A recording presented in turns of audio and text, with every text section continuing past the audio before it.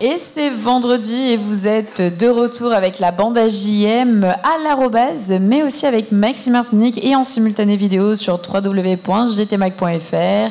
Elle et ils font le buzz chaque semaine dans le paysage audiovisuel de Martinique. Et bien, je parle bien évidemment de nos chroniqueuses et de nos chroniqueurs qui sont bien évidemment là. Et je veux parler de Vanille Lemouliec, qu'on applaudit bien fort. Bonsoir.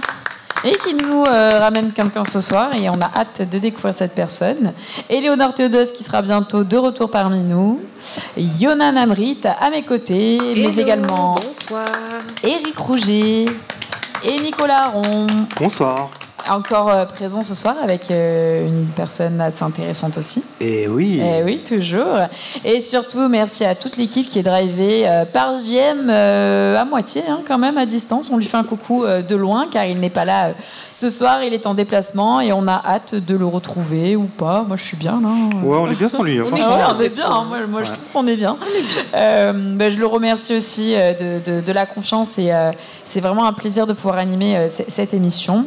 Et bien justement, on va remercier également nos partenaires sans qui rien ne serait possible. Et je parle bien évidemment du Crédit Mutuel Anti-Guyane, de Speedy Martinique, de l'arrobase, le restaurant Dîner Spectacle, du Casino Batelière Plaza et aussi toute l'équipe du Casino Batelière Plaza avec son chef de cuisine Alain Trénois. Merci à Thierry Di Crescenzo et toutes ses équipes de nous recevoir dans ce lieu magique avec chaque soir la possibilité de voir un dîner-spectacle que vous pouvez également retrouver avec la programmation sur www.casinobatelièreplaza.com. Eh bien, qu'est-ce qui se passe ce soir ? Eh bien, une émission particulière, car comme je l'ai précisé, Jean-Marc Le Pilier n'est pas là ce soir, mais c'est pas pour autant que l'émission ne sera pas tout aussi exceptionnelle. Nous recevons qui ? Eh bien, Spart MC. Voilà, il est là ce soir avec nous et je suis super fière de l'avoir à mes côtés et à nos côtés. Donc, bonsoir à toute l'équipe. Merci pour l'invitation. Je suis très honoré d'être là avec vous parmi nous. Eh bien, nous aussi, on est très heureux de t'avoir parmi nous. Donc, Spart MC, qui est bien évidemment un showman hors norme que nous allons découvrir avec un parcours unique et atypique aussi. Nous recevrons également en deuxième partie Lucas Midonnet pour Midocase, qui est invité par Nicolas Aron. Et pour finir, Juliana Loff, qui est fondatrice de la Maison des Créateurs et qui est invitée par Vanille. Donc, on a une belle programmation, encore une fois. Comme d'habitude, j'ai envie de dire, c'est pas très surprenant. Et bien maintenant, on va se tourner vers toi. Voilà, donc si vous êtes d'accord, on va commencer par notre fil rouge conducteur, qui est notre artiste du soir. Eh bien, bienvenue. C'est gentil, merci encore. Alors, qui es-tu ? Alors on te connaît, mais qui es-tu ? Je suis Spart MC, chanteur du groupe ABM. On a quand même quelques hits classique en Martinique, dont le titre Marco, Crac la Café au Diabla. On a aussi le titre Oh My Girl, des titres aussi comme Opération Coup de Poing avec Lieutenant en 99 et pas mal de voilà, c'est un parcours artistique normal pour moi. Bon, après des intemporels. j'ai quelques titres qui sont là, qui sont intemporels comme vous dites, et voilà, ça me fait plaisir de continuer le travail et d'être là avec vous, et d'être à Martinique surtout, quoi, chez moi. Les questions commencent à fuser. Tu suscites beaucoup d'intérêt, donc Nicolas, je t'en prie, vas-y. Je sens que t'en meurs d'envie. Ah ouais, mais c'est plus un commentaire, parce qu'il se présente, mais c'est pas la peine. C'est pas la peine. Honnêtement, on en a eu des artistes ici. J'ai la chance d'avoir intégré l'émission depuis le début de l'année, mais là, quand même, ABM, je pense que c'est un c'est un groupe qui a marqué les époques, avec des morceaux très forts comme Marco, qui, plein de sens, je pense, qui ont marqué des générations et des générations, avec un message hyper conscient, avec... je sais pas, je pense que n'importe quand, entre 93, l'année où est sorti ce morceau, et aujourd'hui, il n'y a pas une soirée où ce morceau n'est pas passé. C'est vrai, on m'a dit qu'il passe tout le temps. Ah oui. C'est vrai que j'ai passé quand même pas mal d'années là-bas en métropole, mais j'ai des bons retours concernant bien sûr le titre, son évolution et le travail qu'il fait sur l'île, quoi. Parce que bon, mais le message est toujours là, quoi. Bon, c'est dommage que je dois toujours en fait être devant le micro et en fait dès que je bouge la tête, il part. Bon, ça fait plaisir, hein, comme je dis. Donc avec ce titre-là, Marco, on a eu une nomination SACEM Succès de l'année. Ah, c'est gentil. Là, je m'entends mieux. Ouais. Et 94, donc avec à la SACEM. On a eu aussi l'album ABM en 99-98, album de l'année en Martinique. Ensuite, ma carrière solo, où je lance par exemple un lieutenant militant, un artiste sur le titre Opération Coup de Poing, qui a très très bien marché, ce titre-là aussi. Ensuite, ma carrière solo, je pars en métropole, je continue. Et je fais pas mal de morceaux qui n'ont pas forcément été entendus par les Antillais, mais bon, plus en métropole, dont le morceau Queen Natty Princess, qui a quand même fait un super carton là-bas, plus de 23 compilations maison de disques, avec un clip que j'ai tourné à Cancun au Mexique. Et pas mal de titres, hein. J'ai fait aussi un titre avec Lord Co City qui est entré au top 50 du Japon et du Brésil, par exemple. Et donc là, maintenant, je suis de retour avec de nouveaux projets ici pour la Martinique, pour les Antilles, pour la Caraïbe, quoi. Je suis aussi producteur, j'ai mon label de musique, donc maintenant je suis producteur avec mon label Ouragan Productions, où nous venons de produire le projet Golden Tracks Redeem avec pas mal d'artistes, dont Princesse Erika, Frankie Vincent, Thierry Cam, Mehdi Gustos, quand même pas mal d'artistes sur ce projet. C'est un One Redeem, je ne sais pas si vous connaissez. Donc un One Redeem, c'est un seul instrumental et tout le monde chante sur le même instru. D'accord? Donc ça fait 16 titres. Donc c'est le Golden Tracks Redeem sorti chez Ouragan Productions. En même temps, je fais aussi un petit big up aussi à So Lovely, avec qui je travaille aujourd'hui, qui a intégré aussi mon label Ouragan Productions en parallèle. Donc management du label Ouragan Productions. Donc il y a tout plein de choses. Il y a aussi le concert Assez le Diabète, je pense que vous allez en parler. Donc le concert Assez le Diabète le samedi 29 juin en Martinique au stade de Rivière-Pilote, où nous faisons venir Lafouine, le rappeur Lafouine, sur la Martinique, avec quand même pas mal d'artistes, DJ Killers, Orlan, Benito, Enel, Josie, LG, Jean-Philippe Martelly et en tête d'affiche, bien sûr, Lafouine. Certains qu'on a déjà reçus ici sur le plateau, donc ça fait plaisir aussi. Ouais, voilà. Donc il y a tellement de choses à dire que voilà. Mais pour l'instant, on a quand même vu l'essentiel. Alors justement, pour revenir un petit peu à toi et ta carrière, comment est-ce que toi, tu perçois ton évolution depuis tes 20 ans de carrière ? Ça fait plus de 20 ans. Je pense que ça fait près de 30 ans que je suis là, 26 ans. On se rapproche quand même de la trentaine d'années. Comment je vais définir ma carrière franchement, je vais pas te mentir que je travaille en fait, je fais le taf, je fais le boulot comme on dit, tu vois, je me soucie pas en fait. C'est après quand je vois les réactions ou des gens quand ils me disent que j'ai fait un bon travail, c'est là. Mais moi, je suis un acharné, je regarde pas vraiment le regard, je fonce et je fais ce qu'il y a à faire. Et c'est après que je me rends compte que avec les retours que j'ai, que je me rends compte que ouais, le travail il a été fait proprement sur de longues années. Et je suis encore présent sur la place et c'est les gens qui me font ressentir ça en fait. C'est super plaisant à entendre et surtout à écouter. Et si je te parle un petit peu de certains chiffres, comme 34e dans le top 50 aussi, il y a le Japon, il y a le Brésil. Si je te parle d'1 million de vues YouTube, 30 compilations, un zénith, qu'est-ce que tu me réponds face à tout ça ? Je te dis, c'est des opportunités. Hein. Il faut saisir les opportunités, il faut y aller, il faut croire en soi. Après, ça reste des chiffres. Hein. C'est bien de les entendre. Voilà, ben, moi, en tant qu'artiste et en tant que producteur aujourd'hui, sincèrement, je regarde toujours vers l'avant. En fait, je regarde pas ce qui se fait, ce qui s'est fait, parce que pour moi, c'est jamais assez. Je suis jamais comblé et je dois continuer. Pour moi, je me dis, j'ai une mission et je dois continuer ma mission, en fait. C'est ça mon travail. Mais c'est aussi, ces chiffres, c'est un aboutissement. Ça, justement, c'est représentatif de tout ce travail. Et si je te dis que c'est pas assez encore. C'est parce que tu es un perfectionniste aussi. Et c'est bien, c'est d'avoir des objectifs, et c'est de toujours vouloir s'élever.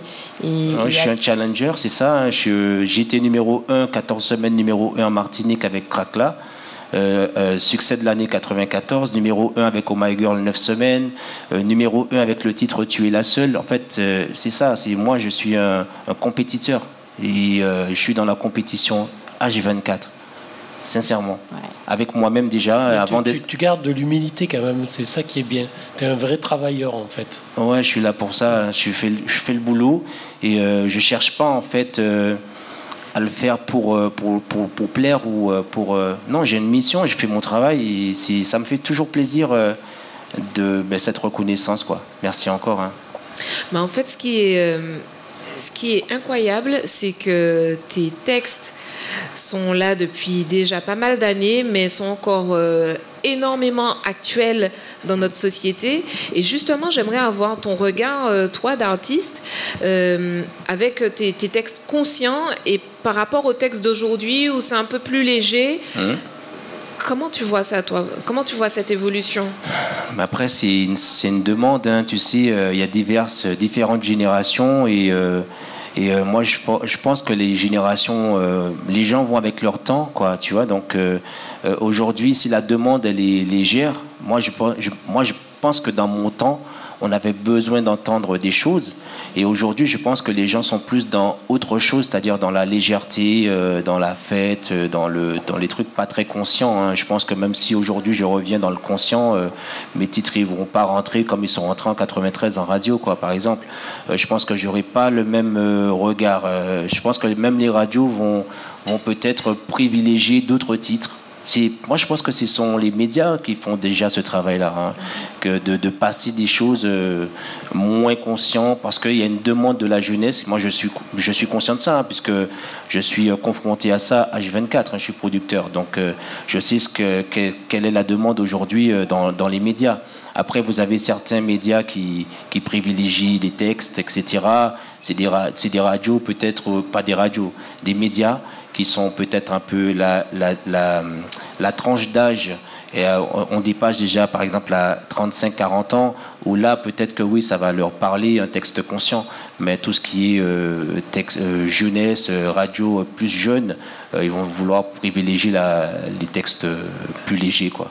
Mais du coup, on fait quoi? On lâche le flambeau Non, puisque les titres, tu viens de me dire que le titre, il fait encore son travail. Il y a des titres qui sont, regarde, par exemple, bon, c'est vrai que c'est anglophone, mais des titres comme par exemple des Bob Marley ou des choses qui sont conscients, qui sont encore là, ou jusqu'à aujourd'hui, qui font ce travail-là. Il ne faut pas vraiment blâmer une contrariété, blâmer les jeunes, ou etc. Chacun vit avec son temps. Moi, je me dis qu'il y a des chansons qui sont là, qui font le travail. La preuve en est, tu me dis que Marco, il fait un travail. Voilà, tu vois, donc ces chansons-là ne meurent pas, les jeunes, ils continuent à les jouer, les DJ les passent. Donc, ouais, après, aujourd'hui, on va pas non plus taper sur les jeunes parce qu'ils font pas du conscient, tu vois ce que je veux dire ou pas? Totalement, oui. Mais ça n'empêche que dans un album, moi je pense, hein, dans un album, il faut quand même essayer d'aller chercher quelque chose à dire, parce que la musique aujourd'hui, la musique est faite pour dire des choses, hein, à la base. Hein. Qu'est-ce que tu veux? Je comprends pas vraiment le système aujourd'hui, tu vois, mais je sais que moi, en tant que porteur d'un message comme Marco, comme Crackla, je continue à véhiculer ce message et je suis pas encore mort, donc voilà. Et alors ton passage en France, parce que tu nous as parlé, tu as quand même pas mal bougé, tu t'es ouvert aussi à d'autres horizons, tu t'es enrichi de différentes personnes. Quels ont été les passages qui t'ont marqué dans ton évolution? En France, ce qui s'est passé, c'est que quand je suis arrivé, j'ai eu beaucoup de chance, parce que quand j'arrive avec Marco, il faut dire que là-bas, vous avez une diaspora, vous avez des Antillais qui sont nés là-bas, et c'est ces Antillais-là qui consomment la musique antillaise. C'est-à-dire que c'est eux qui ont nos posters. C'est eux qui ont nos posters, c'est eux qui ont nos affiches dans leur chambre, c'est eux qui remplissent Bercy, c'est eux qui remplissent le Zénith, etc. Cassav, quand ils ont fait un Stade de France, c'est ces Antillais-là qui remplissent cette communauté. Vous voyez?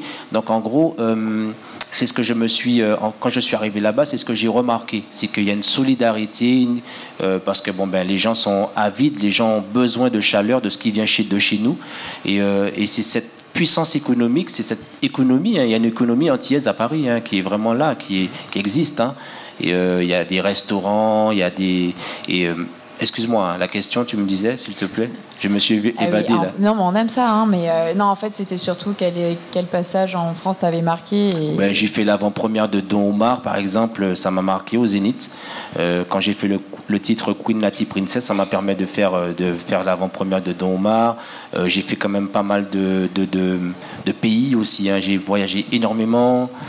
Izmir, j'ai joué à Izmir en Turquie, à Agadir, en Égypte, à Hurghada, au Mexique. J'ai quand même pas mal voyagé. Dernièrement, j'étais encore à Cuba, j'ai fait un clip à Cuba, etc. Tout ça, ça m'a permis de découvrir un peu plus, de faire découvrir ma musique et de voyager, aller rencontrer un peu plus grand nombre. J'ai fait le Luxembourg, j'ai fait toute l'Europe, par exemple. Donc en gros, c'est ça que je retiens de la France, c'est de pouvoir aller voir d'autres horizons, quoi. Voilà. Eh bien, écoute, on te remercie. Malheureusement, cette première partie touche à sa fin, mais pas tout de suite, car on va laisser place à Spart MC pour justement nous interpréter son nouveau titre, qui est sorti le 20. Qui va sortir le 20 mai. Qui sera sorti le 20 mai. Donc voilà, on est prêt à t'écouter. Très bien, merci. Alors on se retrouve rapidement après une petite courte pub sur Maxi Martinique.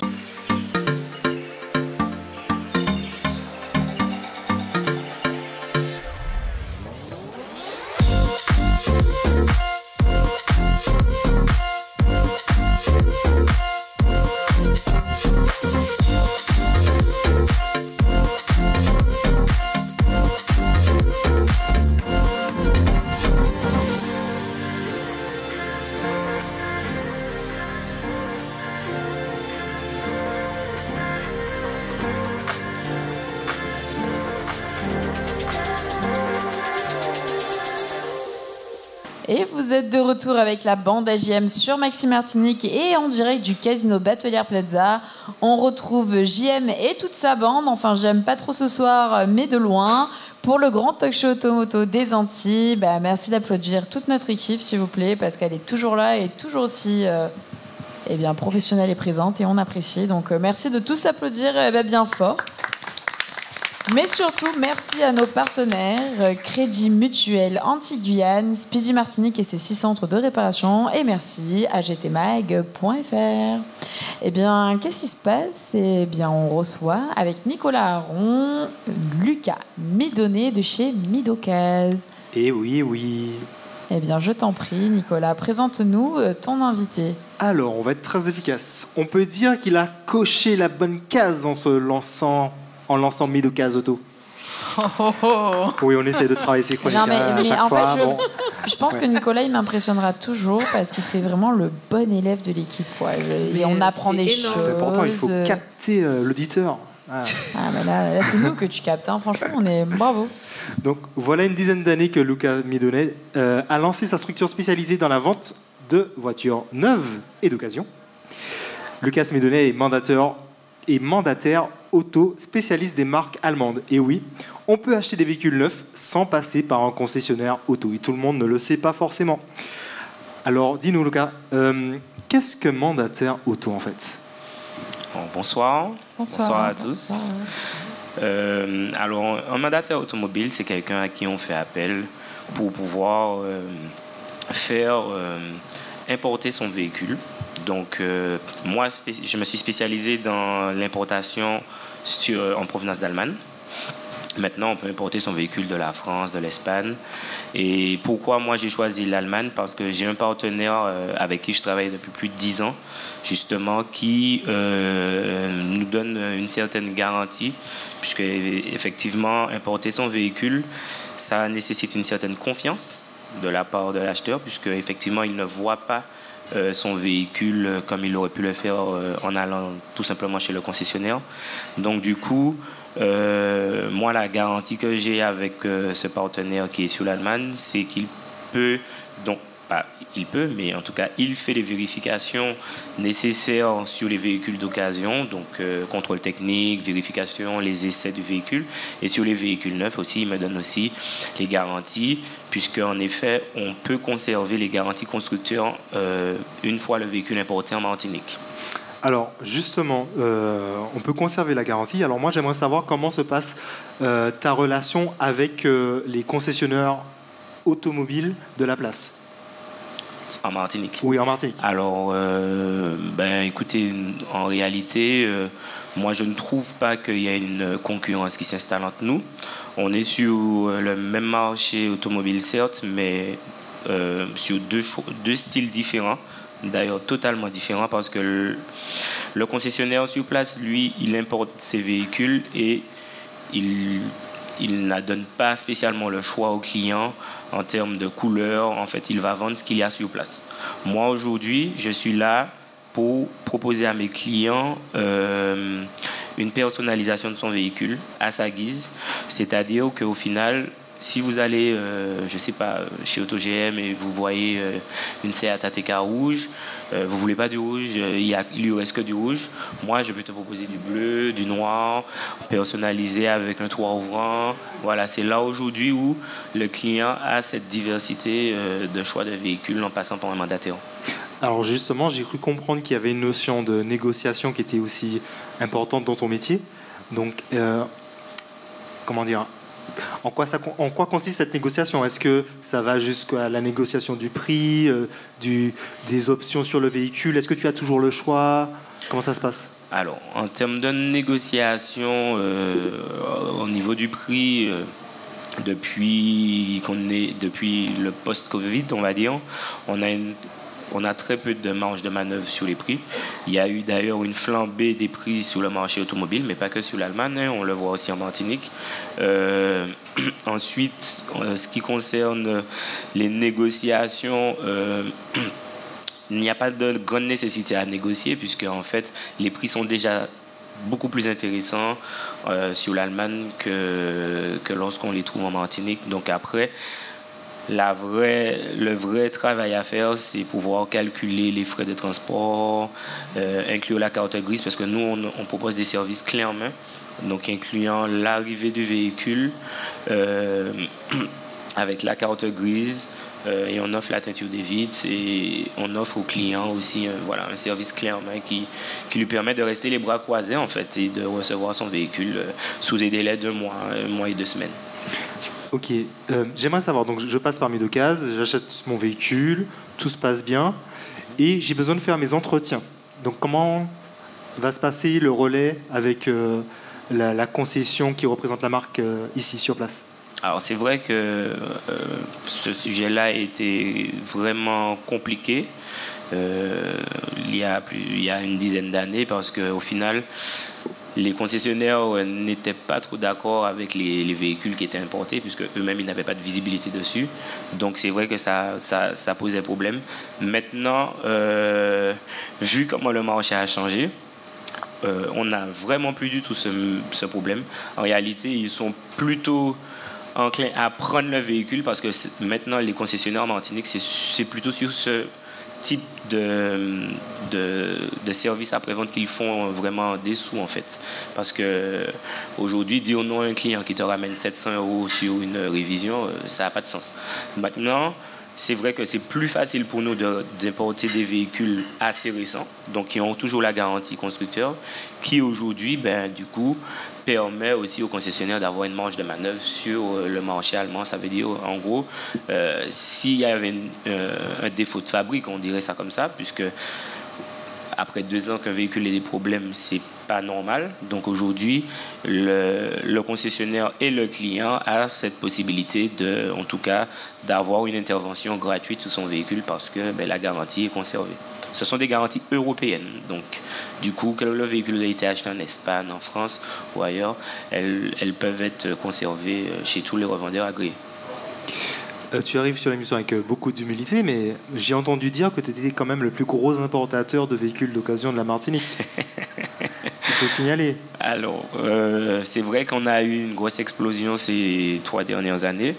On a commencé vraiment avec approximativement sur les premiers bilans une dizaine de véhicules par an.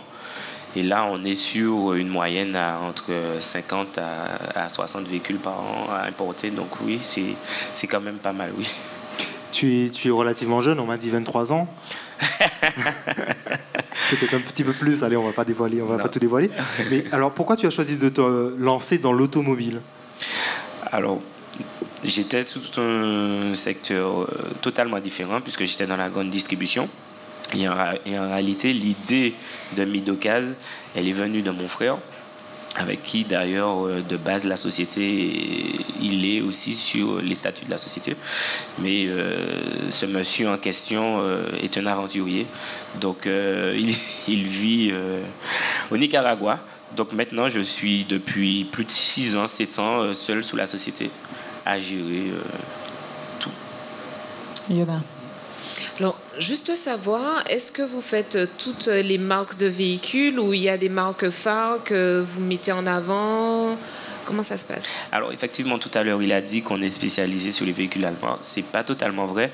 On fait tout type de marques. Nous sommes multimarques. Mais aujourd'hui, je ne mets en avant aucune marque en question. Les clients viennent avec un désir en général. Donc, soit ils me demandent, ils savent déjà ce qu'ils veulent, ou s'ils ne savent pas ce qu'ils veulent, je peux éventuellement les guider. Et on est là pour aussi leur donner ce côté service de conseil. Donc, non, aujourd'hui, on n'a pas de marque particulière qu'on met en avant. D'accord. Et au niveau des véhicules d'occasion, ce sont des véhicules qui ont environ quel âge comment... Alors, on n'a pas de limite. Aujourd'hui, on a déjà importé des véhicules qui ont plus de 10 ans. Maintenant, ça nécessite quand même une grosse expertise. On ne va pas se cacher. Et effectivement, quand un véhicule, on le disait tout à l'heure, n'a plus la garantie constructeur, nous, en tant qu'importateur et vendeur de véhicules professionnels, on a l'obligation de donner aux clients une garantie qui, à plusieurs années, on était sur 3 mois à 6 mois. Maintenant, légalement, c'est 1 an minimum qui garantit la boîte de vitesse, le moteur et le pont du véhicule. Voilà. Donc, de base, on va quand même on va éviter en tout cas d'importer des véhicules qui ont trop de kilomètres. On fait très rarement entrer un véhicule qui a plus de 100 000 kilomètres. Okay. Voilà. Mais on reste sur des véhicules entre 4 et 5 ans. C'est la tendance. De toute façon, les gens, de nos jours, ils sont quasiment obligés de faire un financement pour pouvoir acheter un véhicule. Et ils ont du mal à faire un financement et se dire qu'ils achètent une voiture qui a 10 ans. Voilà. Donc, l'importation nécessite quand même un budget minimum d'au moins entre 18 000 et 20 000 euros pour que ce soit rentable. Okay. Pourquoi? Parce qu'il y a énormément de frais de transport qui ne cessent d'augmenter. Je ne parle pas que d'octroi de mer, etc. Mais même le bateau en lui-même, en 5 ans, il a pris 600 balles en plus, en fait, 600 euros. Donc, on voit quand même qu'il y a quand même un marché qui explose. Les véhicules ont énormément d'électronique, donc les prix explosent. Un Audi Q3, par exemple, qui est un véhicule qu'on pouvait trouver chez un concessionnaire neuf il y a 6 à 8 ans, pas plus de 30 000 euros. Et aujourd'hui, Q3, si vous allez chez le concessionnaire, si vous n'avez pas 45 000, 50 000 euros, vous n'avez pas de Q3 en fait. Donc il y a quand même une explosion sur les prix. Justement, donc on parle de l'augmentation des prix de bateaux, etc. Moi, j'aimerais savoir, est-ce que tu rencontres des difficultés pour faire entrer des véhicules électriques? Est-ce qu'on peut faire entrer des véhicules électriques avec Midocase? Alors oui. On en a fait rentrer il y a peut-être 3 mois, là, on en a fait rentrer. Donc oui, c'est possible. Et alors, juste avant, il y a eu un phénomène qui s'est passé sur un bateau qui avait explosé. Je ne sais pas si vous avez entendu parler de ça dernièrement. Avec des Tesla d'ailleurs, juste avant. Non, c'était avec... Il avait pris feu et tous les véhicules électriques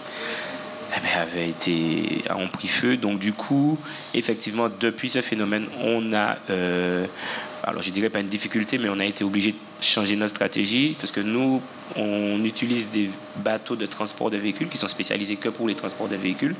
Et là, de toute façon, moi, je n'aime pas travailler avec les conteneurs, mais pour importer un véhicule électrique aujourd'hui, on est obligé de passer par un conteneur.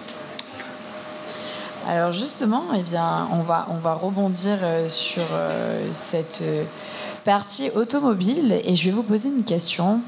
Vous qui évoluez, quand je dis vous, c'est le plateau, hein, c'est les chroniqueuses et les chroniqueurs qui évoluent dans un marché entier et caribéen. Est-ce que vous savez un petit peu ce qui s'est passé depuis quelques mois et récemment sur le marché automobile martiniquais essentiellement et guadeloupéen? Je pense savoir, mais ça dépend de quoi tu parles. On va parler un petit peu de transition de marque, de groupe, de rachat, de revente. En fait, on en parle parce que c'est pas rien. Ouais. C'est pas rien et ça va complètement bouleverser le paysage économique et industriel de la Martinique, et pas que. Mais là, on parle essentiellement de Martinique parce que c'est des transactions qui se sont réalisées récemment sur l'île. Donc Nicolas, qu'est-ce que tu peux nous dire de toi? Alors je crois savoir que parmi les gros groupes qui représentent l'automobile en Martinique, il y en a 2 qui ont perdu respectivement Fiat et Jeep. Exactement. Ces 2 marques se retrouvent aujourd'hui dans le groupe Citadel pour la Martinique. Et en Guadeloupe, le groupe Citadel récupère... Alors, j'ai pas le nom du groupe dans lequel était la marque, mais en Guadeloupe, il récupère Volkswagen, après déjà avoir récupéré Porsche, Martinique et Guadeloupe. Ouais, voilà, avec PDK et GSA. Et alors, c'est vrai que là, en Martinique, récemment, Fiat et Jeep sont rentrés dans le groupe Citadel, mais on va dire que l'acteur phare de ces changements, c'est pas forcément Citadel, mais c'est plutôt Stellantis, qui est le groupe mondial qui a déjà à son actif un large panel de marques automobiles et qui, je pense pour des raisons politiques et économiques, souhaite ramifier un petit peu ces marques sous le même chapeau, et la raison pour laquelle il a récupéré la marque Fiat au groupe GBH. Aubéry. Fiat c'était le groupe Aubéry et Jeep c'était au groupe GBH. Donc voilà, c'est vraiment pas focus sur un groupe en particulier, c'est vraiment lié aux cartes et aux marques qui sont associées à Stellantis. Et peut-être, bien évidemment, on se doute que d'autres marques qui appartiennent aussi au groupe Stellantis et qui ne font pas encore partie du chapeau Citadel sont peut-être en cours de négociation. Donc voilà, donc c'est vrai que ça bouleverse quand même pas mal le paysage de la Martinique et la concurrence du secteur automobile. Donc je ne sais pas si Lucas a quelque chose à nous dire là-dessus, sachant que tu es dans l'automobile. Comment tu le perçois, ce petit bouleversement des marques Très honnêtement, je reste vraiment en recul de ce qui se passe avec les gros faiseurs, comme ça, je dirais les grands groupes. Moi, je reste focus quand même sur ma passion, en fait, puisque effectivement, je ne l'ai peut-être pas dit tout à l'heure, mais ça reste quand même une passion. Je ne me consacre pas à une seule marque. Donc, du coup, je prends beaucoup de recul par rapport à ça. Mais, très honnêtement, on n'en a pas fini d'entendre parler des rachats et des autres boîtes qui vont couler ou se faire racheter, parce qu'aujourd'hui, l'automobile, c'est vraiment un sujet qui n'est pas encore stable. Mais je pense que ça ne le sera jamais vraiment. C'est tellement un perpétuel changement entre le côté juridique, le côté administratif, le côté et c'est très politique, environnemental. Parce qu'avec toutes les nouvelles normes qu'ils demandent à respecter, par exemple, je parle même pour les loueurs, puisque je fais de la location de voitures aussi, sur la casquette d'une autre société. Et même pour la défisque, aujourd'hui, c'est impossible d'acheter n'importe quel véhicule. Ils ont bloqué les achats des véhicules tels comme les Kia Picanto. C'est plus possible de faire de la défisque dessus, en fait. Tout simplement parce qu'il faut respecter les normes d'émissions de CO2 pour ne pas bouleverser, en réalité, je ne sais pas quoi. Mais on peut plus acheter une Kia Picanto en défisque, en fait. Et ça n'a vraiment pas de sens. On est vraiment limité sur un très petit panel de choix de véhicules pour la défisque. Tout ça pour respecter les nouvelles envies, les hybrides, les véhicules électriques, faire disparaître certaines choses, alors qu'on n'en est pas là, on n'en est pas prêt du tout. Parce que je ne sais pas si vous imaginez, bientôt, vous allez dans une cité, tout le monde va faire descendre son câble pour brancher sa voiture. Ça, pour moi, on n'est pas prêt, en fait. Et ils veulent précipiter les choses et ça n'a pas de sens. En tout cas, moi, je reste encore vraiment très en retrait par rapport à ça. Il n'y a pas que ça, hein. Il y a beaucoup de choses qui se passent. Alors là, c'est plus en local, mais il y a aussi potentiellement le retour du stationnement payant à Fort-de-France. Ouais, officiel, oui. Officiel, mais on dit officiel, mais on est toujours dans l'attente de peut-être un retournement de situation. Mais je pense que ça risque de ne pas se faire. En tout cas, c'est vrai. D'ailleurs, il y a un article sur gtmag.fr qui parle justement du retour du stationnement payant à Fort-de-France, qui est justement actif. Et ça fait déjà un petit peu polémique parce que quand on prend l'habitude de se garer tous les jours à sa place pour absolument zéro et que là, pour aller travailler, il faut payer, ça commence à être un petit peu problématique. Mais alors, au final, c'est toujours pareil. C'est intéressant aussi, notamment par le côté transition énergétique, mobilité virtueuse, intelligente, mais aussi l'impact sur l'environnement où forcément, ça va dissuader certaines personnes de vouloir se rendre dans le centre-ville. Il faut savoir que quand même, la ville de Fort-de-France n'est pas forcément si bien construite d'un point de vue axe et aussi signalétique. Enfin, la signalétique est compliquée. Donc ça peut désengorger aussi et faciliter. Ça peut mettre plus de sécurité aussi sur les habitants. Donc ça peut être aussi, comme on dit, un mal pour un bien, si on peut appeler ça comme ça. Donc je ne sais pas ce que vous en pensez, vous, si vous avez l'habitude de traîner dans Fort-de-France et de vous garer à Fort-de-France. Oui, pour aller faire les boutiques. Alors après, c'est vrai que selon où on est, on va directement au parking privé, enfin sous terre. Mais c'est vrai qu'il y a eu quand même pas mal de rébellions à ce niveau-là sur le retour du stationnement payant. Si on a des transports en commun efficaces, ça peut. Voilà, c'était un message qui était subliminal et passé. Voilà, et bien voilà, chacun doit mettre de l'eau dans son vin. Vous nous remettez le parking payant, et bien faites un effort, on veut plus de transport. Non, mais après, c'est sûr, c'est un sujet qui est compliqué, qui est délicat. Je sais que la mairie de Fort-de-France a pleinement conscience aussi de tous les efforts qu'ils font. Je les ai rencontrés à maintes reprises, ils sont vraiment investis. Il y a beaucoup de projets en cours.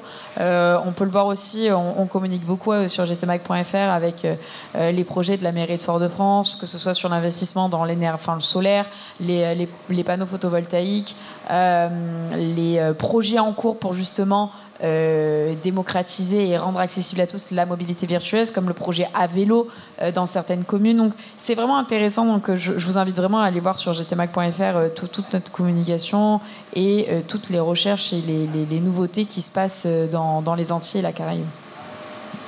Eh bien écoutez, franchement, Nicolas veut encore parler. Oui, très important. Un contact pour toutes les personnes qui souhaitent acheter un véhicule en passant par Midocase. Alors, on peut joindre Midocase sur Facebook, sur Instagram, sur le site internet de midocase.com, donc midocaz.com, ou on peut les joindre par téléphone au 06 96 38 44 88. J'adore, on dirait qu'on fait du téléachat, j'adore. Je m'entraîne tous les jours. En tout cas, merci beaucoup Nicolas et merci beaucoup Lucas. C'était très intéressant. Avec plaisir, tu reviens nous voir pour plus de nouveautés. Et eh bien, c'est la fin de cette deuxième partie d'émission et on se retrouve rapidement après une courte pub sur Maxi Martinique. Merci.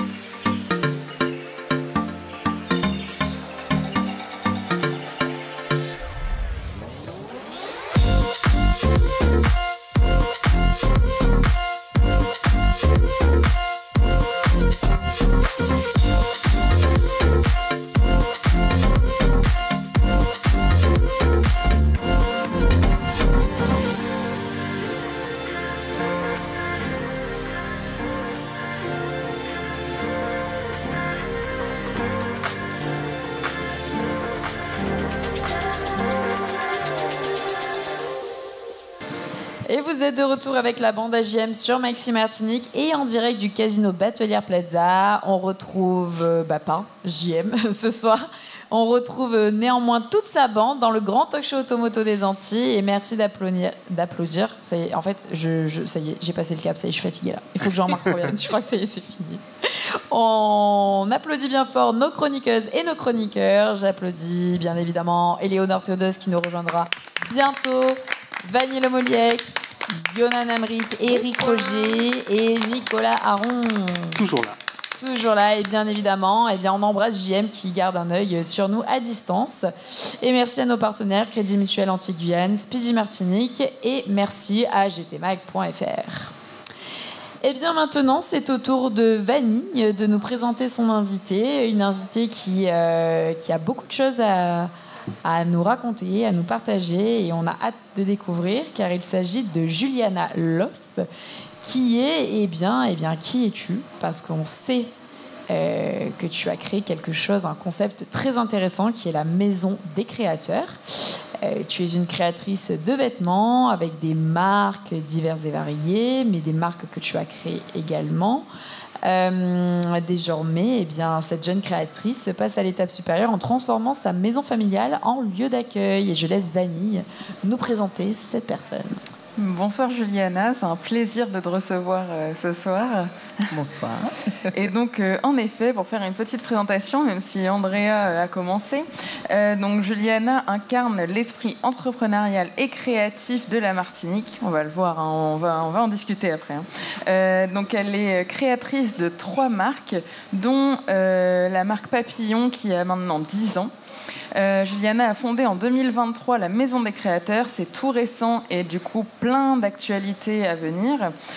Donc c'est un espace dédié à la promotion et à la vente d'œuvres d'art locales, d'artisanat et de création originale.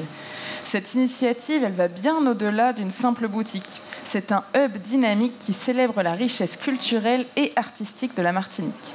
Elle organise régulièrement des événements et des expositions pour mettre en valeur le talent émergent et établir des liens entre les créateurs et leur public. Son engagement envers la communauté créative de la Martinique est inébranlable. Alors, déjà, première question pour nous mettre un petit peu dans le bain. D'où te vient cette passion pour le design et pour l'artisanat en général? Alors, déjà, merci pour cette présentation. J'ai presque plus rien à dire. Presque parfait. Plein de choses. Elle fait partie des élèves modèles. Ouais, ça se voit. D'où me vient cette passion? Écoute, j'ai envie de te dire, peut-être depuis toujours. En vrai, je me rappelle de moi, petite fille, qui découpe des tissus, qui transforme un tas de choses, avec une maman qui me dit « Mais qu'est-ce que tu fais encore ?» Enfin bon, voilà, toujours essayer de bricoler, d'inventer, de faire des choses comme ça. Et je pense que ça me vient depuis l'enfance, tout simplement.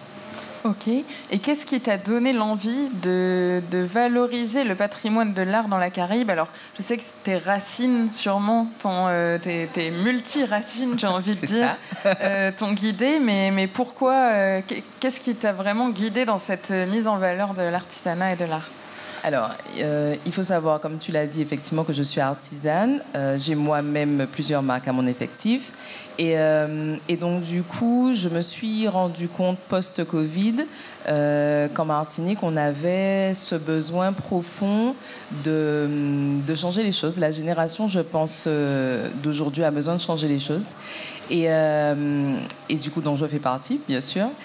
Et post-Covid, je pense qu'il y a eu un éveil des consciences où l'envie de consommer local au sens large s'est fait de plus en plus ressentir. Cependant, c'est bien de vouloir consommer local, c'est bien de vouloir participer au développement économique de son île.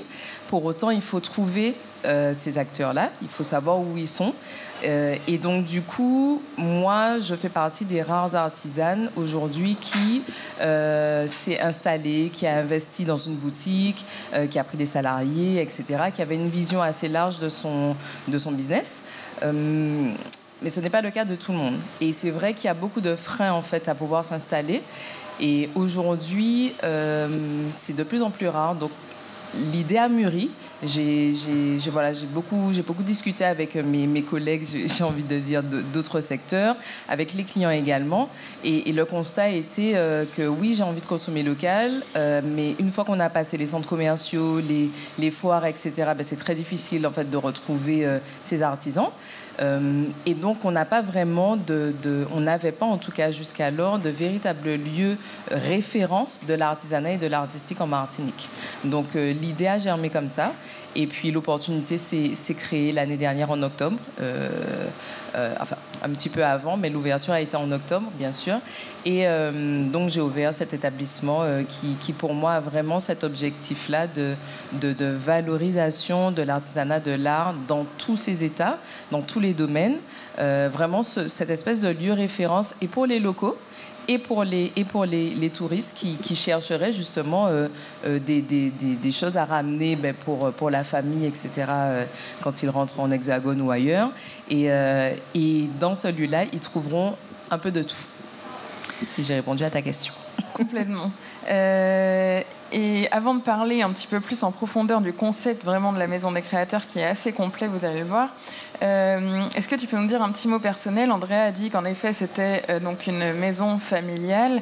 Quelle était l'importance pour toi de fonder cette association, si je ne me trompe pas, dans cette maison? Alors, pas vraiment une association, mais une vraie entreprise. Okay. Et pourquoi cette maison? Alors, il faut savoir que ce projet, je l'ai depuis 1 an et demi à peu près. Et en fait, il était très difficile pour moi de trouver un établissement qui pouvait accueillir tous les projets que j'avais dans ma tête. Voilà. Et qui se sont multipliés maintenant qu'on a ouvert la Maison des Créateurs. Et du coup, il se posait un problème de localisation, de coût, d'espace. Ça coûte cher, c'est vrai, ça coûte très très cher. Et puis entre-temps, en discutant avec ma maman qui avait cet immeuble-là depuis quelques années, et puis pour qui ça devenait trop grand, puisque nous sommes une fratrie de 4 et nous sommes tous partis, sauf le dernier. Et du coup, en discutant et en lui posant aussi le problème de ma difficulté de trouver justement un établissement qui regroupait tous mes critères, elle a lancé cette idée folle, pourquoi pas le faire là? Je pense qu'elle a regretté le soir d'après. Et puis, mais aujourd'hui, je pense qu'elle en est très fière. Et voilà, c'est venu comme ça. Et au final, le challenge pour moi, c'était de garder toute cette authenticité-là que l'immeuble regroupe, pouvoir rapporter du moderne, rapporter de la vie, mais en gardant le cachet de l'ancien. D'ailleurs, c'est un très bel immeuble. Si vous avez l'occasion d'aller voir, on donnera les infos plus tard, mais c'est très joli. Et donc, la Maison des Créateurs, c'est pas seulement une boutique, mais c'est un réel lieu de partage. Est-ce que tu peux nous dire un petit peu ce qu'on y trouve? Qu'est-ce qu'on peut faire à la Maison des Créateurs? Alors, est-ce que vous êtes prêts? Parce qu'il y a beaucoup de choses, donc il va falloir suivre. Alors, la Maison des Créateurs, quand vous allez y rentrer, vous arrivez dans une espèce de hall d'accueil où on a décidé d'y exposer tout ce qui est œuvre artistique, donc œuvre photographique ou de peinture. Et cette partie-là monte jusqu'au premier étage. Donc, c'est un immeuble où il y a un rez-de-chaussée, un étage et un rooftop. Et donc, au rez-de-chaussée, on va trouver la partie vraiment le cœur de la Maison des Créateurs, qui est la partie concept store boutique, où se partagent les marques qui sont de façon permanente ou c'est quoi le mot temporaire. Ou temporaire, merci beaucoup, dont mes marques, bien évidemment. Et donc, j'ai ramené avec moi d'autres artisans. On a une partie à l'extérieur qui s'appelle le Coin des Gourmands, où on a décidé de valoriser aussi cette partie art culinaire, où on a des traiteurs qui viennent nous livrer et où les gens peuvent venir manger sur place ou emporter, de 9h à 18h. Je le précise parce qu'en fait, on est ouvert de 9h à 18h en semaine et jusqu'à 15h le samedi. Et souvent, des fois, on a envie de manger vraiment quelque chose après l'heure du déjeuner. Et souvent, on galère un peu à trouver. Donc, voilà, on peut venir manger. On a une cour extérieure où c'est là qu'on organise les vendredis de la cour. C'est un projet dont on est très fiers avec mon associé. Où on part à la découverte d'une pépite musicale. Donc, tous les derniers vendredis du mois. Donc, quand ce n'est pas là le vendredi de la cour, on peut venir aussi s'y installer. Il y a des petits coussins, des petites tables pour manger, pour chiller, pour bouquiner, etc. On a ouvert récemment dans l'ancien garage un laboratoire créatif. C'est l'espace où on organise les ateliers couture, customisation, peinture. D'ailleurs, je crois que vous avez reçu Shannon, voilà, qui fait partie aussi, qui est artiste peintre et qui fait partie de la Maison des Créateurs, art texturé, etc. Donc c'est vraiment, j'ai envie de dire, ça porte son nom, le laboratoire créatif, voilà. Au premier étage, on a toute la partie bureau-réception avec une pièce qui est en cours d'élaboration et qui va pas tarder à ouvrir ses portes. Et je pense que ça va vous plaire. Petite surprise à venir. Petite surprise, c'est ça.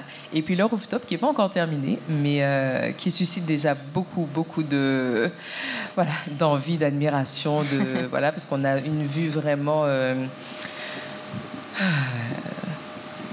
incroyable de Fort-de-France. Voilà, vraiment.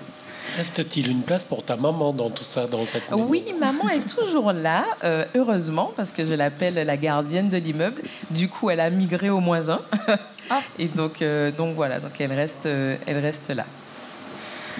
Et donc, tu parlais des vendredis de la cour. Le prochain, c'est la semaine prochaine, donc le 31. C'est ça. Donc, vous trouverez les liens également pour vous inscrire et venir. Est-ce que tu peux nous en dire plus sur les artistes qui viennent déjà ou est-ce que c'est la surprise? Alors, non. Vendredi, on va recevoir Axel. Et puis Axel Franco-Rogui à la guitare.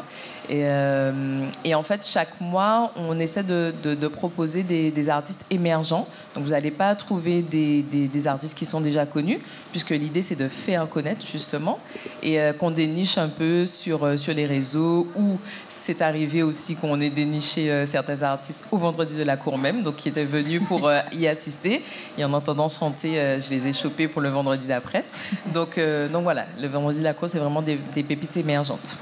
Et il y a un autre type d'événement, si je ne me trompe pas, alors plusieurs en fait, il y en a plein. Les causeries littéraires. Les causeries littéraires, c'est vrai que j'en ai pas parlé. À l'intérieur de la boutique de la Maison des Créateurs, on a une partie librairie créole où on met en avant les auteurs de chez nous.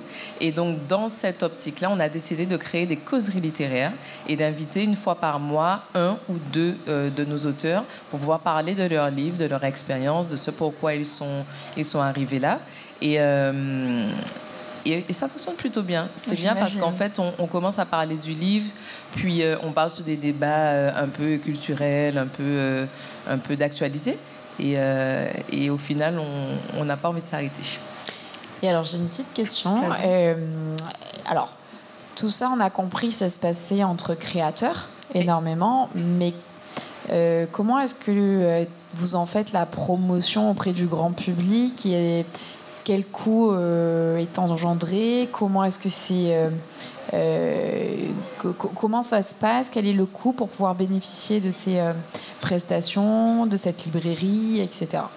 Alors, je pense que ta question est en deux parties, du coup. Donc, la promotion, ça passe par ce que je suis en train de faire, aller sur les radios, les télés, etc., et en parler. De toute façon, dès que c'est un concept nouveau, ça prend un peu plus de temps que quand c'est un concept qui est déjà bien installé, parce qu'il faut le temps que les gens comprennent ce que c'est.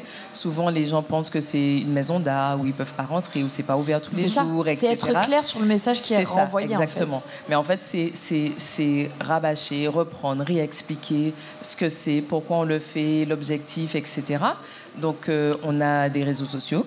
Je pense que c'est notre... J'ai vu l'Instagram, très sympa. C'est notre plateforme, je pense, principale. Et puis, les créateurs qui sont chez toi vont véhiculer le message également. Exactement. Parce qu'en fait, l'idée, vraiment, c'est le travail ensemble. C'est le vrai ensemble.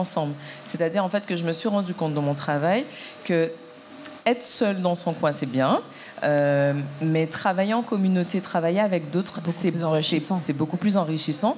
Et puis surtout, ça fait cet effet de boule de neige. Aujourd'hui, on est à peu près une dizaine de créateurs qui se partagent l'espace. Imaginez quand on fait un événement et que tous les créateurs se mettent à communiquer pour leur communauté. Au final, ça fait pas seulement, je dis n'importe quoi, mais 100 personnes touchées, mais ça fait 100 plus 100 plus 100 plus 100 plus 100. Exactement. Donc voilà. Mais alors, comment est-ce qu'on peut bénéficier de cette librairie en tant que personne lambda, complètement, qui ne connaît pas forcément certaines phases de l'art, de la culture, qui veulent s'imprégner, qui veulent découvrir. On passe dans la rue, on va en profiter. Qu'est-ce qu'il est possible de faire? Alors, pour le professionnel ou pour le client? Eh bien, pour le client. Pour le client. Pour le client, tout simplement, tu viens, tu pousses la porte, tu dis bonjour et on t'accueille, on t'explique tout. Et qu'est-ce qu'on explique? On explique le fonctionnement, on explique ce qui s'y passe, on explique ce qu'on peut trouver, on explique surtout des valeurs et les valeurs qu'on veut véhiculer. Okay. Vraiment, ce que je disais, le consommer local. Bientôt, c'est la fête des mères, par exemple. Donc, ne pas hésiter à se tourner justement vers ce que les artisans de chez nous font pour pouvoir offrir des cadeaux plutôt qu'aller systématiquement dans les grands groupes, parce qu'on n'a rien à envier on n'a rien à envier en fait des autres, parce que nos artisans aujourd'hui ne se résument pas uniquement à la vannerie, à la calebasse, etc. On fait des choses qui sont vraiment très très bien et voilà, donc ça mérite d'être reconnu. Et justement, en tant qu'artisan, comment est-ce qu'on peut... quelles sont les démarches pour venir chez toi?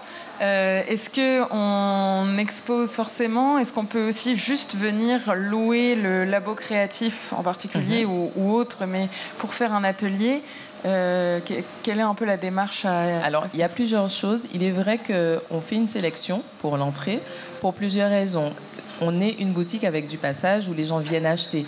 Donc, du coup, les artisans qui sont là doivent avoir aussi cet esprit un peu visionnaire de leur business, puisque au final, ça reste du business. Et donc, du coup, quelqu'un qui fait ça à côté en tant que loisir et qui produit 2, 3, 4, 5 pièces par mois, en vrai, ne pourra pas être artisan à la Maison des Créateurs parce qu'il va falloir justifier un certain nombre de pièces à vendre par mois, puisque l'idée, c'est pas que non plus, quand le client vient et qu'il trouve des étagères vides. Donc, il faut pouvoir créer, il faut pouvoir produire. Donc ça passe par une sélection, ça passe aussi par une sélection sur les finitions. Alors, moi, je fais des choses depuis très longtemps qui sont très minutieuses, très petites. Donc, j'avoue que j'ai l'œil sur les finitions. Et donc, du coup, je suis très méticuleuse sur ça. Et pour moi, la qualité de ce qu'on propose en tant qu'artisan influe sur l'image générale de la Maison des Créateurs. Donc pour moi, tous les artisans qui sont là doivent être qualitatifs. Et donc du coup, pour pouvoir venir, vous avez plusieurs formules. Soit vous venez proposer effectivement ce que vous avez à vendre. On fait une sélection. Si vous êtes retenu, il y a les conditions. Ou vous avez effectivement une autre partie, comme je disais, le labo créatif. Vous pouvez venir tester des choses et vous pouvez venir aussi donner des cours si vous avez des clients, des ateliers, etc. Ok, super. Alors, ça touche à sa fin. On va donner le Instagram, donc c'est la Maison des Créateurs, surtout .mq, et aller voir donc les actualités, les infos, la petite surprise de la pièce qui va ouvrir. Est-ce que tu peux nous donner l'adresse pour que les clients puissent venir visiter? Bien sûr. Alors, on se trouve au 11 rue Martin Luther King. Donc, on n'est pas au centre-ville même, on est en périphérie proche. Pour vous donner un repère, on est dans la descente du séminaire collège, entre le séminaire collège et l'Assise, face au garage Speed Auto. Pas de panique pour le parking, il n'y a pas de place délimitée, mais vous avez des places pour vous garer. Je fais une petite anecdote, si je peux me permettre rapidement.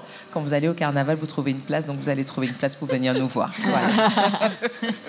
Eh ben, on va finir cette émission sur ces belles paroles et merci beaucoup d'avoir été parmi nous ce soir. C'était un véritable plaisir de découvrir cet univers artistique et culturel. Merci à Vanille d'avoir... Merci à Juliana. Merci Vanille, elle a toujours de bonnes personnes et de bonnes interventions, donc c'est super. Eh bien voilà, c'est la fin et vous étiez avec la bande AJM de retour à l'arrobase, mais aussi avec Maxime Martinique et en simultané vidéo sur www.gtmag.fr. Elles et ils font le buzz chaque semaine dans le paysage audiovisuel de la Martinique. Eh bien je parle de nos chroniqueuses et de nos chroniqueurs que l'on va applaudir pour cette belle émission et je veux parler bien évidemment de Vanille Lemouliec, d'Éléonore Théodose, de Yonan Amrit, d'Éric Rouget et de Nicolas Aron. Et bien évidemment JM qu'on embrasse bien fort également. Et merci à nos partenaires fidèles avec le Crédit Mutuel Antilles-Guyane, Speedy Martinique et ses 6 centres de réparation, l'arrobase, le restaurant dîner spectacle du Casino Batelière Plaza et son chef de cuisine Alain Trénois. Merci à Thierry Descrescenzo et toutes ses équipes de nous recevoir encore une fois dans ce lieu magique. Et merci à nos invités du soir avec Spart MC, véritable showman de la Caraïbe. Merci à nos autres invités de ce soir, dont Lucas Midonnet pour Midocaz et Juliana Love pour la Maison des Créateurs. Et on se retrouve ce week-end avec tout le sport sur RMC Antilles et du lundi au vendredi, la matinale d'Apolline de Malherbe suivie du Super Moscato Show. Et entre les deux, vous retrouverez l'Instant Auto avec JM de la bande AJM. Encore un grand merci et à très bientôt sur Maxime Martinique et gtmag.fr.